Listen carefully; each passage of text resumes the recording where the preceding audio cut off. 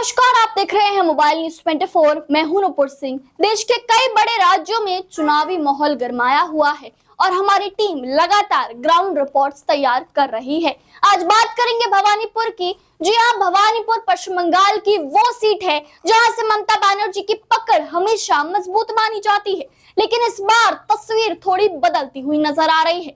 इस वक्त हमारी टीम भवानीपुर में ही मौजूद है और लगातार लोगों से बात कर रही है, चाहे वो आम जनता हो, टीएमसी के कार्यकर्ता हो या फिर बीजेपी के समर्थक। जो माहौल यहाँ देखने को मिल रहा है वो पहले से थोड़ा अलग जरूर है। खासकर पढ़े लिखे लोग, मारवाड़ी समाज और जो अपर मिडिल क्लास है वो, उनमें बीजेपी के पक्ष में झुकाव साफ दिखाई दे रहा है। इसका एक बड़ा कारण ये भी है कि भवानीपुर पूरी तरह एक अर्बन कॉन्स्टिट्यूएंसी है। यहाँ गांव जैसा पारंपरिक वोटिंग पैटर्न नहीं चलता, बल्कि लोग डेवलपमेंट, लॉ एंड ऑर्डर और गवर्नेंस को ध्यान में रखकर फैसला करते हैं। अब अगर चुनावी गणित की बात करें तो एक और बड़ा फैक्टर सामने आता है।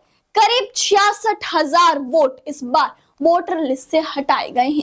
अगर मान लिया जाए कि इनमें से एक बड़ा हिस्सा पहले टीएमसी के खाते में जाता था, तो इसका असर सीधा मुकाबले पर पड़ सकता है। याद करिए 2021 का वो चुनाव, जब ममता बनर्जी करीब 28,000 वोट से जीती थी।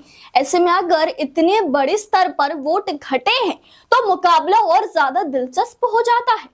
पहली बार एक और चीज देखने को मिली थी कि कुछ लोगों में डर का माहौल था और कई लोग खुलकर अपनी पसंद जाहिर नहीं कर पा रहे थे।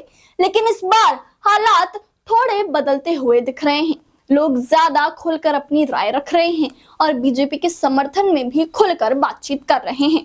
इसके साथ ही एक और अहम पहलू है बूथ लेवल मैनेजमेंट। भवानीपुर में बीजेपी इस बार बूथ स्तर पर काफी सक्रिय नजर आ रही है। अगर यह मजबूती मतदान के दिन भी दिखी तो इसका सीधा असर नतीजों पर पड़ सकता है। हालांकि टीएमसी इस मामले में पहले से ही अनुभवी मानी जाती है और उनका संगठन भी काफी मजबूत है। अब बात आती है बंगाली वोटर्स की।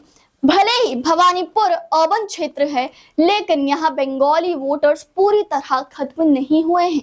इनमें से कई पढ़े लिखे हैं और डेवलपमेंट को समझते भी हैं, लेकिन एक बड़ा वर्ग अभी भी ममता बनर्जी के साथ अपने कल्चरल और इमोशनल कनेक्ट के कारण जुड़ा हुआ है।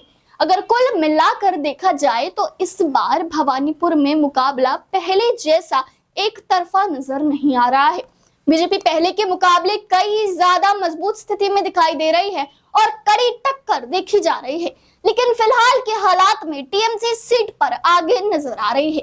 अब असली सवाल यही है कि क्या बीजेपी इस बढ़त को चुनौती देकर बड़ा उलटफेर कर पाएगी या फिर ममता बनर्जी अपनी पारंपरिक सीट को एक बार फिर बचा लेंगी। इसका जवाब तो चुनाव के नतीजों में ही मिलेगा।